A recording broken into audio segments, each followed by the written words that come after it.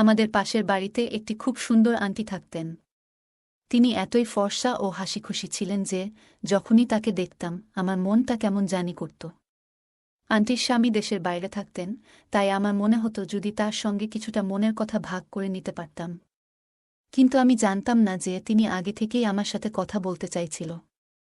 একদিন আমি রাস্তা দিয়ে যাচ্ছিলাম, হঠাৎ আন্টি আমাকে ডেকে তার বাড়িতে নিয়ে গেলেন। আমি ঘরে ঢুকে চুপচাপ বসে রইলাম। কিছুক্ষণ পর আন্টি যখন ঘরে এলেন তখন তিনি হালকা পোশাক পরেছিলেন, যা তাকে অসাধারণ লাগছিল। তাকে দেখে আমি কিছুটা অবাক হয়ে গেলাম। আমি তাকে বললাম, কেন আমাকে ডাকছেন? তিনি কিছু না বলেই আমার পাশে বসলেন। তারপর কিছু না বলেই, বন্ধুরা, আজকের গল্পটি অনেকটাই স্পেশাল, তাই সবাই রেডি হয়ে যাও। দয়া করে গল্পগুলো ভালো লাগলে ভিডিওটি লাইক, শেয়ার এবং চ্যানেলটি সাবস্ক্রাইব করো প্লিজ। আমার নাম কুনাল, বয়স 20 বছর, সাধারণ এক যুবক। তবে সাধারণ হলেও আমাদের পাড়ার প্রায় সব মহিলাই যেন আমাকে অন্য চোখে দেখতেন। প্রায় সবাই ছোটখাটো কাজে ডাকার জন্য আমায় খুঁজতেন। আমি যতবারই বাড়ি থেকে বের হতাম, কোথাও না কোথাও থেকে একটি ডাক আসত, কুনাল, একটু এদিকে আসো, আমাদের একটু সাহায্য দরকার। আমি এসব কাজে অভ্যস্ত হয়ে গিয়েছিলাম, যেন এক ধরনের আনন্দ খুঁজে পেতাম। আমাদের পাড়ায় এক আন্টি ছিলেন, যার নাম জানার কখনো চেষ্টা করিনি, শুধু আন্টি বলেই ডাকতাম। তার স্বামী বেশিরভাগ সময় দেশের বাইরে থাকতেন, আর আন্টি একাই থাকত। মাঝে মাঝে পাড়ার লোকেরা তাকে নিয়ে নানা কথা বলত, কিন্তু আমি কখনো সেসব নিয়ে মাথা ঘামাতাম না। একদিন দুপুরে যখন আমি বাড়ি থেকে বের হচ্ছিলাম, তখন আন্টি আমাকে ডেকে তার বাড়িতে নিয়ে গেলেন। তার কাছে যাওয়ার আগে আমার মনে একটু দ্বিধা ছিল, তবে ভাবলাম পাড়ার অন্যান্য মহিলারাও তো আমায় প্রায় কাজে ডাকে, আন্টিও হয়তো কিছু জিনিস আনতে বলবেন। আমি যখন তার দরজার কাছে পৌঁছালাম, তিনি হাসি মুখে বললেন, কুনাল, তুমি কি আমার জন্য কাছের দোকান থেকে একটা ডিভিডি আনতে পারবে? প্রথমে আমি অবাক হয়ে গেলাম। ভাবলাম, এই যুগে ডিভিডি কেন? তবে বিষয়টি বেশ মজারও লাগল। মনে হচ্ছিল সবকিছু যেন একটু অন্যরকম ছিল। আমি ধীরে ধীরে এক অদ্ভুত পরিস্থিতির মধ্যে জড়িয়ে পড়ছিলাম। সন্ধ্যা নামতেই আমি ডিভিডি দোকানের দিকে রওনা হলাম। সেই দোকানটা আমার এক বন্ধুর, তাই মনে হলো হয়তো সে আমাকে একটু সাহায্য করবে। দোকানে পৌঁছে আমি বন্ধুর কাছে ডিভিডি প্লেয়ার চাইলাম। কিছুটা দ্বিধা করার পর সে বলল, ঠিক আছে, তবে একে ফিরিয়ে দেওয়ার দায়িত্ব কিন্তু তোমার। আমি তার শর্ত মেনে নিলাম, কারণ আমি চাইনি যে আন্টিকে হতাশ করতে। ডিভিডি প্লেয়ার নিয়ে যখন আন্টির বাড়িতে পৌঁছালাম, তিনি আমাকে দেখে মৃদু হেসে ধন্যবাদ জানালেন। আন্টির চোখে একটি অদ্ভুত ভাব ছিল, যেন তার কথার পেছনে আরও কিছু লুকিয়ে আছে। আমি যখন ডিভিডি প্লেয়ারটি দরজার কাছে দেওয়ার চেষ্টা করলাম, তিনি বললেন, ভেতরে এসে এটি আমাদের এলসিডির সঙ্গে সেট করে দাও। কারণ আমি এই ব্যাপারটা বুঝি না, আমি এসব কাজে দক্ষ ছিলাম, তাই ভেতরে ঢুকে ডিভিডি প্লেয়ারটি ঠিক করে দেওয়ার সিদ্ধান্ত নিলাম। আন্টির ঘরের পরিবেশ আর তার আচরণ আমাকে এক ধরনের আকর্ষণে জড়িয়ে ফেলেছিল। যখন আমি তার বাড়িতে ঢুকে ডিভিডি প্লেয়ারটি সেট করছিলাম, প্রতিটি মুহূর্তে তার প্রতিক্রিয়া আমার মধ্যে এক অন্যরকম অনুভূতি তৈরি করছিল। চা খেতে খেতেই আমি যখন সিনেমার দিকে তাকালাম, দেখলাম একটি মেয়ে নাচছে। তার নাচ আর সৌন্দর্য আমাকে অবাক করে দিল, যেন সে অন্য কোনো জগতের মেয়ে। চা কখন শেষ হয়ে গেল তা আমি টেরই পেলাম না।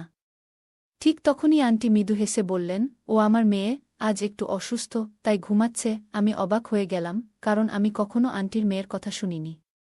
যখন প্রথমবার তাকে দেখলাম, তার সৌন্দর্য আমাকে মুগ্ধ করে দিল। আমি একটু অজুহাত দেখিয়ে বললাম, আচ্ছা আন্টি, এখন আমি যাই। আন্টি হেসে বললেন, আরে এত তাড়াহুড়ো কেন? চা তো খেলে, এবার একটু বসো। আমি কোনো উত্তর না দিয়ে উঠে বাড়ির দিকে রওনা হলাম। কিন্তু বাড়ি ফিরেও আমার মন পুরোপুরি সেই মেয়েটির ভাবনায় ডুবে গেল।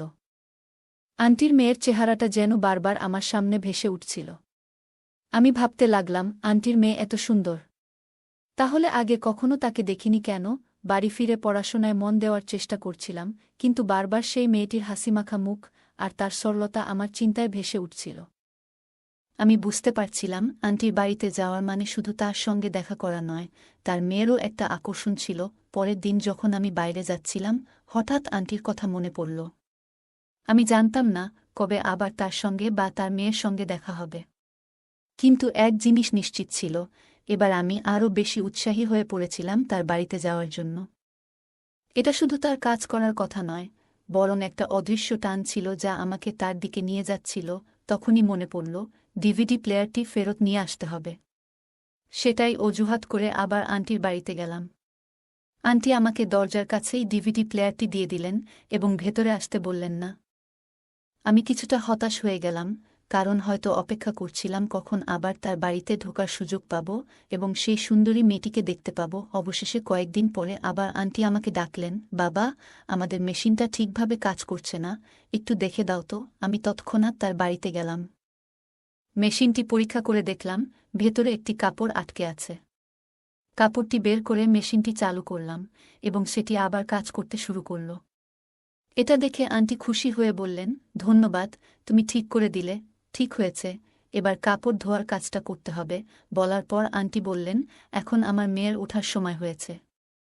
আমি যখন উঠতে যাচ্ছিলাম, আন্টি বললেন, আরে বসো, তোমার জন্য কিছু খাবার নিয়ে আসছি। কিছুক্ষণ পর তিনি চা আর বিস্কুট নিয়ে এলেন। আমি ভাবতে শুরু করলাম, আন্টির মেয়েও তো এই বাড়িতেই থাকে, কিন্তু তাকে এখনও দেখিনি। মনে মনে আগ্রহ বাড়ছিল তাকে একবার দেখার জন্য।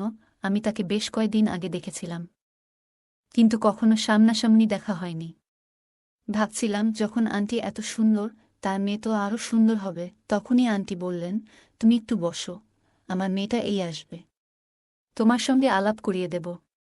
ঠিক সেই সময় তার মেয়ে ঘর থেকে বেরিয়ে এলো।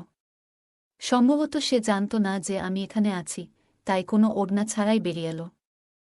তাকে দেখে আমার চোখ বড় হয়ে গেল, যেন এক পরী আমার সামনে দাঁড়িয়ে আছে। তার ভেজা চুল দেখে মনে হলো সে এখনই স্নান করে এসেছে। সে একটি গোলাপি রঙের পোশাক পরেছিল, যা তাকে একেবারে অপ্সরার মতো লাগাচ্ছিল। আমি তাড়াতাড়ি উঠে দাঁড়ালাম। আন্টি তার মেয়েকে বললেন, এটা আমাদের প্রতিবেশী কুনাল, খুব ভালো ছেলে, অনেক কাজে সাহায্য করে আমাকে। এটা শুনে তার মেয়ে আমাকে একটু দেখে নিল এবং আবার নিজের ঘরে চলে গেল। আন্টি বললেন, ও অপরিচিতদের সঙ্গে বেশি কথা বলে না, ছোট বয়সেই অনেক কষ্ট পেয়েছে ও।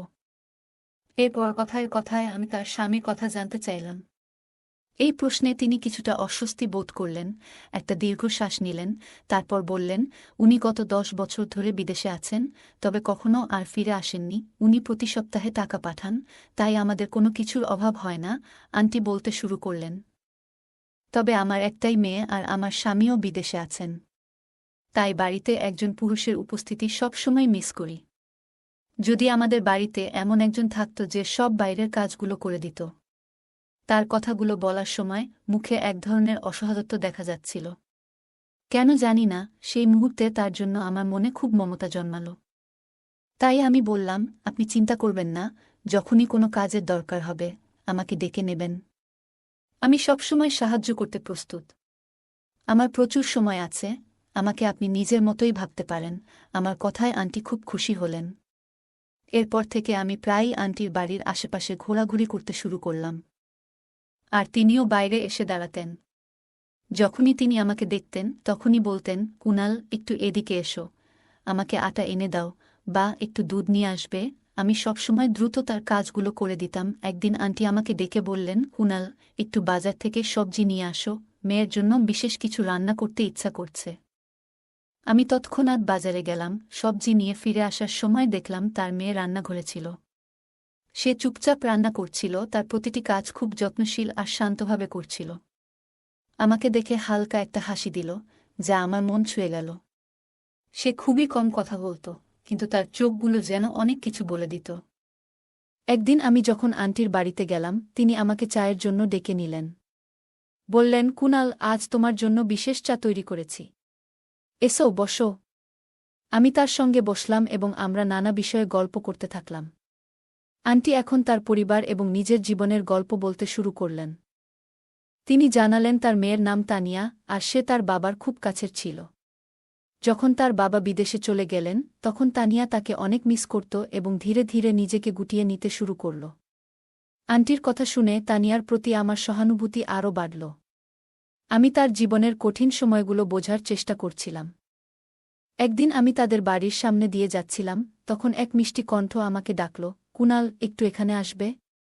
আমি তাকিয়ে দেখি সেই ডাক তানিয়া দিয়েছিল। আমি তার কাছে দৌড়ে গেলাম। তানিয়া বলল, আজ মা অসুস্থ, তাই দয়া করে একটু দুধ নিয়ে আসতে পারবে? এটা শুনে আমি তৎক্ষণাৎ দোকানে গিয়ে দুধ কিনে আনলাম। বাড়িতে ফিরে দরজায় টোকা দিলাম, তানিয়া দরজা খুলল। আমি বললাম, দুধ নিয়ে এলাম, এই নাও। তখন তানিয়া একটু হেসে বলল, দয়া করে ভিতরে এসে দুধটা হাতে দিয়ে যাও। আমি ভেতরে ঢুকলাম, তারপর সে বলল, মায়ের পাশে একটু বসে থাকো। আমি আন্টির ঘরে গিয়ে দেখি তিনি বিশ্রাম নিচ্ছেন। কিছুক্ষণ পর তানিয়া আমাকে জিজ্ঞেস করল, কুনাল, চা খাবে? তার স্বরে এমন কিছু ছিল যার কারণে আমার মুখ থেকে শুধু জি কি শব্দটি বেরোল, কারণ আমি কিছুটা নার্ভাস ছিলাম। তবে তার মুখে একটা অদ্ভুত হাসি ছিল যার মানে আমি বুঝতে পারলাম না। কিছুক্ষণ পর সে চা নিয়ে ঘরে ঢুকল এবং বলল, আমার মা তোমার অনেক প্রশংসা করছিলেন। তুমি আসলে কি করো? আমি উত্তরে বললাম, সারাদিনই অবসরেই থাকি। এটা শুনে তানিয়া হেসে উঠল। আমি লক্ষ্য করলাম সে যখন হাসে তখন তাকে আরও সুন্দর দেখায়। তারপর হঠাৎ তার মুখটা একটু বিষণ্ণ হয়ে গেল। আমি চা খাওয়ার সময় আমি ভাবিনি যে ও এতটা কাছে এসে বসবে। ও হঠাৎ আমার হাতটা ধরল এবং বলল, কুনাল, তুমি কাজ কেন করো না? তার এই কথায় আমার চোখে পানি চলে এলো। আমি বললাম, আমার বাবা মা মারা গেছেন, আমি দিনে দুবেলা খাবার পাই, তাই আয় করে আর কি করব। এটা শুনে সে রেগে গিয়ে উঠে দাঁড়াতে লাগল। আমি বুঝলাম এটাই সুযোগ, তাই তার হাত ধরে তাকে থামালাম। সে তখন বলল, কুনাল, তুমি বিদেশে চলে যাও। সেখানে গিয়ে অনেক টাকা কামাও, তারপর নিজের ঘর বানিয়ে নাও এবং বিয়ে করো। পাড়ার লোক আর কতদিন তোমাকে সাহায্য করবে? এসব কথা বলে সে আলমারির কাছে গেল এবং সেখান থেকে কিছু গহনা বের করে আমার হাতে দিল। ও বলল, এগুলো আমার বিয়ের গহনা। এগুলো এখন আর আমার কোনো কাজে আসবে না। তুমি এগুলো ধার হিসেবে নাও, বিদেশ থেকে ফিরে এসেই ফেরত দিও। কথাগুলো বলে সে চোখ বন্ধ করল। তার মুখে এক ধরনের অদ্ভুত শান্তি ছিল। আমি তখনই সিদ্ধান্ত নিলাম, এবার আর তাকে না করব না। আমি সেই গহনাগুলো নিলাম এবং বললাম, তোমার এই উপকার আমি কোনোদিন ভুলব না। এটা শুনে সে বলল, এটা উপকার নয়, ভালোবাসা। ভালোবাসার প্রতিদান কেউ দিতে পারে না। তুমি আমার মায়ের জন্য অনেক কিছু করো, তাই মা কিছুটা শান্তি পায়। এজন্যই আমি তোমাকে সম্মান করি। না হলে কখনোই আমি আমার গহনা কারো হাতে তুলে দিতাম না। তার এই কথাগুলো আমার হৃদয়ে ঝড় তুলে দিল। আমি কখনো ভাবিনি যে ও আমাকে এতটা বোঝে এবং এতটা বিশ্বাস করে। যখন সে তার বিয়ের গহনা আমার হাতে তুলে দিল এবং বলল, এটা ভালোবাসা, কোনো উপকার নয়, তখন আমি বুঝলাম তার অনুভূতিগুলো আমার জন্য কতটা গভীর। তার এই পদক্ষেপ আমার জন্য এক নতুন দিশা এবং নতুন আশা দিল। আমার মনে তখন একটাই চিন্তা, বিদেশে যাওয়া, কঠোর পরিশ্রম করা এবং এত টাকা উপার্জন করা যাতে আন্টি তার মেয়ের বিয়ের জন্য কোনো চিন্তা না করে। আমি কখনো আন্টির দিকে তাকাতাম, আবার কখনো তার মেয়ের দিকে, আর কখনো নিজের দৃষ্টি নিচু করতাম। আন্টির মেয়ে প্রায় ২৪ থেকে ২৫ বছর বয়সী হবে, কিন্তু তাকে দেখতে এতটাই সুন্দর যে ১৮ বছরের মনে হতো। আমি তাকে জিজ্ঞেস করলাম, আপনি কি করেন? সে উত্তর দিল, আমি যখন ১৮ বছর বয়সে ছিলাম, আমার বাবার ইচ্ছায় আমার বিয়ে হয়ে গিয়েছিল। কিন্তু বিয়ের কিছু মাসের মধ্যেই আমার স্বামীর মৃত্যু হয়, আর আমার শ্বশুরবাড়ির লোকেরা আমাকে এই বলে বের করে দিল যে আমি নাকি অমঙ্গল নিয়ে এসেছি। এটা শুনে আমি অবাক হয়ে গেলাম, কারণ তাকে দেখে কখনোই মনে হয়নি যে সে বিবাহিত। আমি যখন তার মুখের দিকে তাকালাম, তখন হঠাৎ আন্টির গলা শোনা গেল, কুনাল, তোমার বিয়ে হয়েছে? আমি মাথা নেড়ে না বললাম। তখন আন্টির মেয়ে বলল, কেন? আমি বললাম, আমি এখন মাত্র ২০ বছরের। এটা শুনে সে বলল, আজকাল ছেলেরা ১৮ বছর বয়সেও বিয়ে করে ফেলে। আমি উত্তর দিলাম, আমার কোনো কাজকর্ম নেই, তাই কে আমাকে বিয়ে করবে? এটা শুনে সে চুপ হয়ে গেল। এরপর থেকে আমি কোনো না কোনো অজুহাতে প্রায়ই তাদের বাড়িতে যেতাম। আন্টি আমাকে কখনো ঢুকতে মানা করতেন না, আর এখন তার মেয়েও আমার সঙ্গে সহজভাবে কথা বলত। একদিন সে আমাকে বলল, কুনাল, তুমি আর কতদিন এভাবে পাড়ার মানুষের কাজ করে যাবে? নিজের জন্য কোনো কাজকর্ম কেন শুরু করো না, যাতে তোমার বিয়ে হতে পারে? এটা শুনে আমি বললাম, কোনো ব্যবসা বা কাজ শুরু করতে অনেক টাকা দরকার, যা আমার কাছে নেই। তখন সে বলল, তুমি কি ধরনের কাজ করতে চাও? আমি বললাম, আমি বিদেশ যেতে চাই, কিন্তু টিকিট আর ভিসার জন্য প্রয়োজনীয় টাকা আমার কাছে নেই। এটা শুনে সে আমার হাত ধরল এবং আমাকে তার ঘরে নিয়ে গেল। সে তার পুরনো কিছু গয়না বের করে আমার হাতে দিল এবং বলল, এগুলো আমার বিয়ের গয়না, যা মা আমাকে দিয়েছিলেন। এগুলো আমার কোনো কাজে লাগেনি, আমার ভাগ্যে হয়তো ছিল না। তুমি এগুলো বিক্রি করে টাকা জোগাড় করো, যাতে তোমার স্বপ্ন পূরণ হয়। এটা শুনে আমি আতঙ্কিত হয়ে বললাম, না, আমি এটা, আন্টি আগেই আমাকে কথাটা বলেছিলেন, যদিও আমাদের পরিচয় বেশি দিনের ছিল না। আমি ভাবছিলাম, কেন তিনি আমার প্রতি এত আস্থা দেখালেন? এরপরের 2 দিন ওদের বাড়ির আশেপাশে যাইনি, হয়তো সংকোচ বা ভয় কাজ করছিল। তৃতীয় দিন আন্টি নিজেই আমার বাড়িতে এলেন, হয়তো একঘেয়েমি কাটাতে। আমি দ্রুত রান্নাঘরে গিয়ে তার জন্য চা বানাতে শুরু করলাম। আন্টি হঠাৎ বললেন, 2 দিন হয়ে গেল, তুমি আমাদের বাড়িতে আসোনি কেন? মনে মনে আমি যেন এই প্রশ্নেরই অপেক্ষায় ছিলাম। আমি হেসে বললাম, আপনি কি আমাকে মনে করেছিলেন? এটা শুনে আন্টি বললেন, আমি আর আমার মেয়ে দুজনেই তোমাকে খুব মনে করি। আমি অবাক হয়ে জিজ্ঞেস করলাম, আপনার মেয়েও আমাকে মনে করে? তখন তিনি বললেন, হ্যাঁ, ওর জীবনে আমার আর তোমার মতো আপনজন ছাড়া আর কেউ নেই। এই পৃথিবীতে আর কে আছে ওর জন্য? তিনি একটু হাসলেন এবং বললেন, তুমি খুব ভালো মনের মানুষ, তাই আমরা তোমার সঙ্গে আমাদের মনের কথা ভাগ করে নিতে পারি। ও তো ভেতর থেকে অনেকটাই ভেঙে পড়েছে। আন্টি আরও বললেন, আমি ওর বাবাকে অনেকবার বলেছি মেয়েটার জন্য একটা ভালো ব্যবস্থা করতে। আর কতদিন এভাবে ঘরে পড়ে থাকবে? মেয়ের দ্বিতীয় বিয়ের কথা শুনে আমি অবাক হলাম। আমি ভাবলাম, আপনি কি সত্যিই আপনার মেয়ের দ্বিতীয় বিয়ে দিতে চান? এটা শুনে আন্টি বললেন, হ্যাঁ, একদম।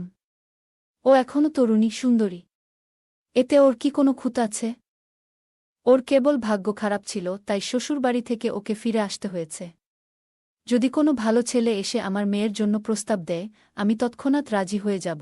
এটা শুনে আমি আন্টির কাছে গিয়ে বসলাম এবং জিজ্ঞেস করলাম, আপনি কেমন ছেলে চান আপনার মেয়ের জন্য? আন্টি বললেন, একজন ভালো মানুষ, যে ভালো আয় করে। কারণ আমার মেয়ে আমাদের ঘরেও সুখে থাকে, আমি চাই ও স্বামীর ঘরেও আরামে থাকুক। ও যেন কোনো কষ্ট না পায়। এটা শুনে আমি চুপ করে গেলাম। সারা রাত ভাবতে থাকলাম, আমি তো একজন ভালো মানুষ, কিন্তু এত টাকা কোথা থেকে পাব, যাতে আন্টি মেয়ের হাত আমার হাতে তুলে দেয়? এই চিন্তায় 2 দিন কেটে গেল। আর আমি হতাশ হতে থাকলাম। হঠাৎ আমার মাথায় একটা বুদ্ধি এলো, যদি আমি ওর কাছ থেকে কিছু গহনা নিয়ে বিদেশ চলে যাই এবং দিনরাত পরিশ্রম করে নিজের একটা বাড়ি তৈরি করি, তাহলে হয়তো আন্টি রাজি হবেন। এই ভাবনা আমাকে সাহস জুগিয়েছিল। পরের দিন আমি তাদের বাড়িতে গেলাম। আন্টিকে সালাম করার পর আমি সরাসরি তাদের মেয়ের ঘরে ঢুকে পড়লাম। সে তখন বিছানায় শুয়েছিল। তাকে এভাবে দেখে আমি চোখ সরিয়ে নিলাম, কিন্তু এখন ফিরে আসতে পারছিলাম না, কারণ আমাকে ওর সঙ্গে কিছু জরুরি কথা বলতে হতো। তাই আমি সোফায় গিয়ে বসলাম। সে আমার দিকে তাকিয়ে বলল, তুমি এত দিন ধরে আমাদের বাড়িতে কেন আসোনি? আমি তোমার উপর খুব রেগে আছি। এটা শুনে আমি বললাম, আমি ভয় পেয়েছিলাম। তখন সে হেসে উঠল, কেন, তুমি কি আমার থেকে ভয় পেয়েছ? এটা শুনে আমি চুপ হয়ে গেলাম। সে বিছানা থেকে উঠে এসে সোফায় বসল। তাকে এত কাছাকাছি দেখে আমি নার্ভাস হয়ে গেলাম, আমার কপালে ঘাম জমতে লাগল। আমি ভেবেছিলাম, আমার চেয়ে ভালো কেউ তানিয়ার জন্য হতে পারবে না। কিন্তু এটা এত সহজ ছিল না। বিদেশে যেতে হলে আমাকে ভিসা আর প্রচুর টাকার প্রয়োজন ছিল। এজন্য আমাকে একটা পরিকল্পনা করতে হতো। সেদিন আন্টির বাড়ি থেকে বের হয়ে আমি সরাসরি আমার বন্ধুর কাছে গেলাম, যার ভাই বিদেশে কাজ করত। আমি কিছু টাকা দিয়ে বললাম, আমার বিদেশে যাওয়ার ব্যবস্থা করো।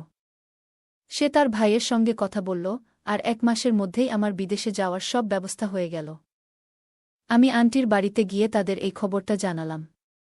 আন্টি একটু দুঃখ পেলেন এবং বললেন, তুমি চলে গেলে আমাদের বাড়ির কাজ কে করবে? এটা শুনে আমি একটু হাসলাম। এরপর তানিয়ার ঘরে গেলাম এবং তাকে এই সুখবরটা দিলাম। সে অনেক খুশি হল এবং বলল, কুনাল, মন দিয়ে কাজ করো। আমি মুচকি হেসে বললাম, মন দিয়ে কাজ করব না, কারণ আমি তো আমার মন এখানে রেখে যাচ্ছি। এরপর আমি ফিরে এসে আমার জিনিসপত্র গোছালাম এবং এয়ারপোর্টের দিকে রওনা দিলাম। প্রথম মাসটা আমার জন্য অনেক কঠিন ছিল।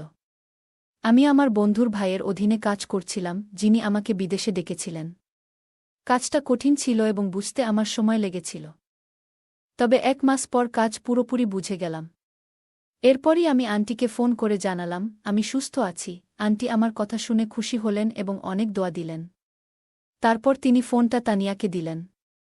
আমার বুক ধড়ফড় করতে লাগল, আমি বুঝতে পারছিলাম না কি বলবো। তানিয়া নিজেই কথা শুরু করল এবং বলল, টাকা জমাতে থাকো, অযথা খরচ করো না, যেন তাড়াতাড়ি ফিরতে পারো এবং বিয়ে করতে পারো। এটা শুনে আমি হেসে উঠলাম।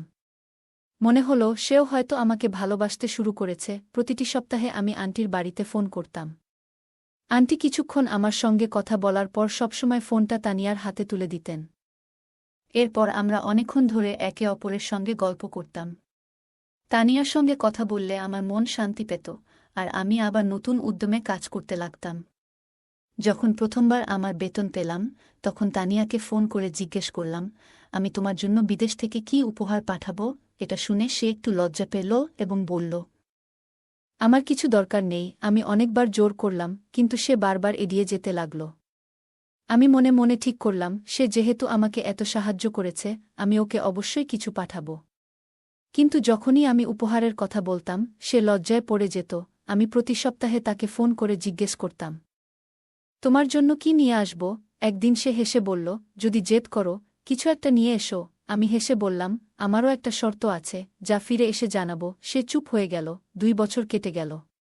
ভিসার মেয়াদ শেষ হলেও নবায়ন করলাম, কারণ দেশে ফিরতে চাইছিলাম না। আমার লক্ষ্য ছিল যথেষ্ট টাকা জমা করা। ব্যাংক ব্যালেন্স ভালো হলেও মন সন্তুষ্ট ছিল না। ভাবতাম তানিয়াকে উপহার দিয়ে বলবো, কত পরিশ্রম করেছি সব তোমার জন্যে। একদিন কাজ পর্যালোচনা করে দেখলাম সব প্রজেক্ট শেষ করেছি। বসকে বেতন বাড়ানোর কথা বললে তারপর সবকিছু দেখে তিনি পদোন্নতি দিলেন, যা আমাকে আরও অনুপ্রাণিত করল। এরপর দেশে ফিরে আন্টির সঙ্গে দেখা করলাম। তিনি খুব খুশি হলেন। আন্টি আমাকে দেখে খুশি হয়ে গলা জড়িয়ে ধরলেন ও বললেন, তুমি তো আরও তরুণ ও সুন্দর হয়ে গেছ। আমি তার সঙ্গে বসে বললাম, আমি আপনার মেয়েকে বিয়ে করতে চাই। তিনি অবাক হলেও আপত্তি করেননি। কিন্তু মন ভেঙে গেল যখন তার মেয়ে বলল, কুনাল, তুমি আমার চেয়ে অনেক ছোট, এবং বিয়ের প্রস্তাব প্রত্যাখ্যান করল। আমি উপহার বের করে দিলাম, তারা খুশি মনে নিল। এরপর পকেট থেকে টাকা বের করে তানিয়াকে দিলাম, যা সে আগে আমাকে দিয়েছিল। সে চুপচাপ টাকা নিয়ে আলমারিতে রেখে দিল। আমি বিদায় নিয়ে বাড়ি ফিরলাম। মন চাইছিল পরের দিনই আমেরিকায় চলে যাই, কারণ এখানে আর কেউ নেই। রাতে খেতে ইচ্ছা করছিল না, তাই শুয়ে পড়লাম। সকালে পাড়ার লোকজন বলল, তোমার তো অনেক ভালো ভাগ্য। কিন্তু ভেতরে ভেঙে পড়েছিলাম। 1 সপ্তাহের ছুটি নিয়ে এলেও দ্রুত ফেরার টিকিট কাটলাম। যাওয়ার আগে শেষ চেষ্টা হিসেবে আন্টির কাছে গিয়ে বললাম, আপনার মেয়েকে রাজি করাতে পারলে সে আমার সঙ্গে সুখে থাকবে। অবশেষে তানিয়া আমাদের কথা মেনে নিল। এবার আমার আনন্দের সীমা ছিল না। আমাদের বিয়ে হল, এবং আমি আমার ভালোবাসাকে সঙ্গে নিয়ে বিদেশে ফিরে এলাম। এখন আমার একটি ভালো চাকরি, নিজের একটি ঘর, এবং আমাদের 3টি সন্তান রয়েছে। আমরা এখন সুখে শান্তিতে আমাদের জীবন কাটাচ্ছি। গল্পটা কেমন লাগলো জানাতে ভুলবে না। আরও মজার মজার রোমান্টিক গল্প শুনতে চাইলে ভিডিওটি লাইক, শেয়ার এবং চ্যানেলটি সাবস্ক্রাইব করতে এবং বেল আইকনটি ক্লিক করতে ভুলবে না। ধন্যবাদ।